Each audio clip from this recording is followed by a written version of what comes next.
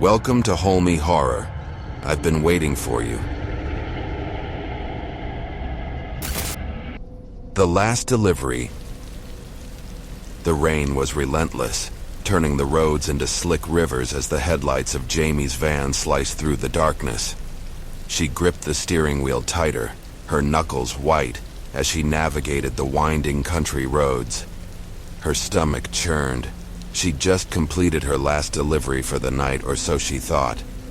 But then she'd received the call. The dispatcher had given her an urgent last-minute delivery, an address that wasn't even on most maps. Thick fog had rolled in, and the road ahead seemed nearly impossible to see through. It was as if the night itself was swallowing her whole.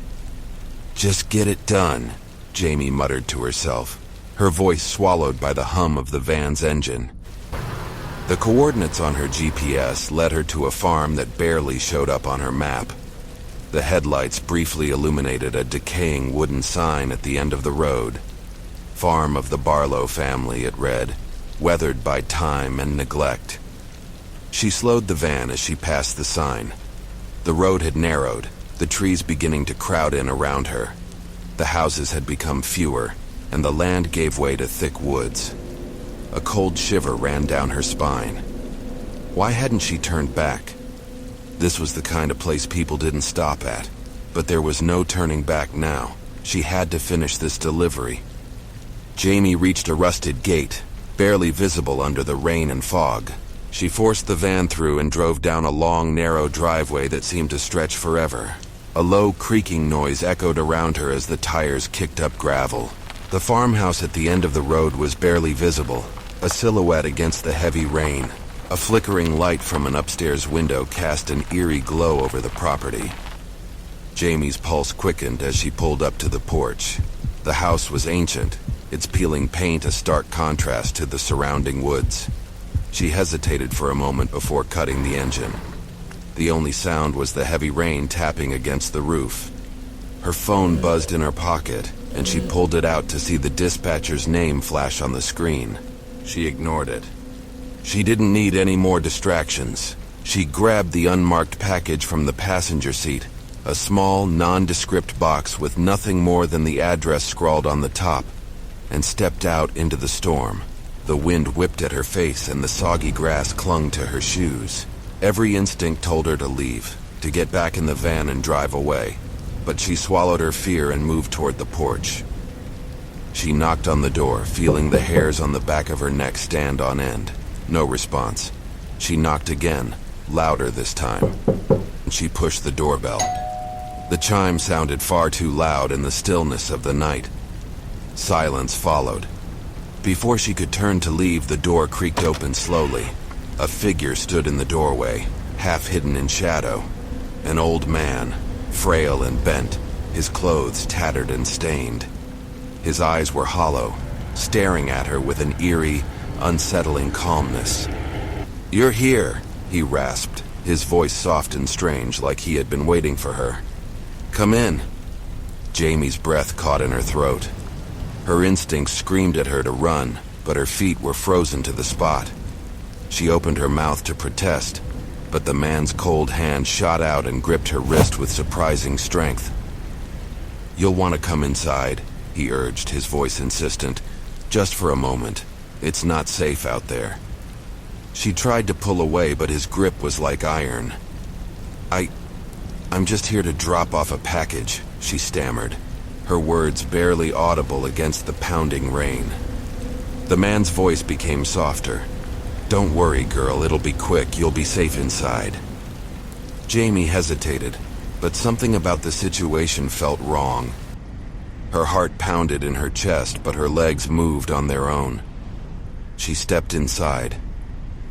The air inside the house was thick with the smell of mildew and decay, as if the walls themselves were rotting. The hallway stretched out in front of her, dark and narrow.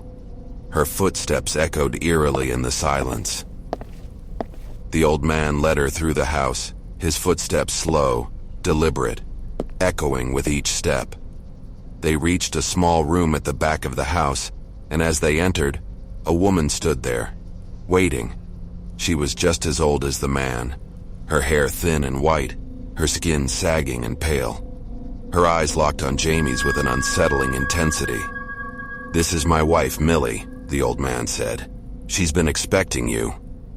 The woman's lips twitched into a sickly smile, and her hands reached out to take the package from Jamie's trembling fingers. Her touch was cold, too cold, as if the warmth of life had long since left her. "Thank you, dear, you're so kind," Millie whispered, her voice too soft, too sweet. Jamie opened her mouth to refuse, but the words caught in her throat. She wanted to leave.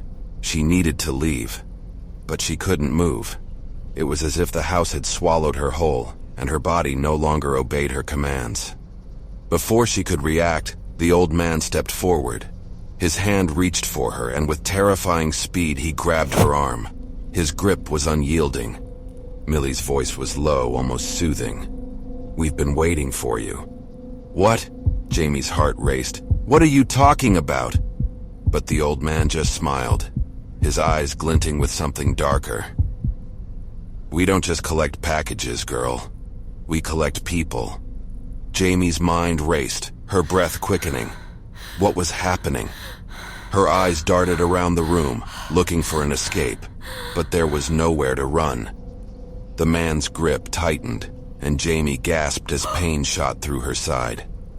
She looked down to see a sharp metal pipe in the man's hand, gleaming in the low light. He swung it down with force, and the impact sent a searing wave of pain through her body. She screamed, but the sound was muffled by the thick air. Blood poured from the wound as she collapsed to the floor, her vision blurring. Her heart pounded, each beat a thunderous echo in her skull. "You see," the man continued, his voice dark and cold, "we've been watching, waiting." Jamie's breath was shallow. She could feel the blood pooling around her, her body growing weaker. Her pulse thudded in her throat as she tried to crawl away, but it was no use. Her limbs were heavy, unresponsive. The woman crouched down beside her, stroking her hair with one icy hand.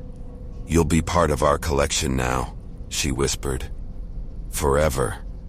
Tears blurred Jamie's vision as her strength faded. She couldn't fight anymore.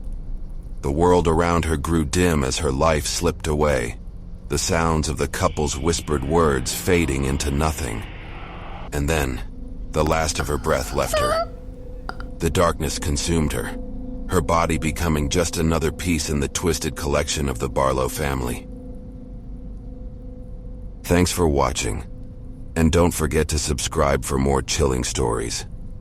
And remember, be careful. I'll be watching you.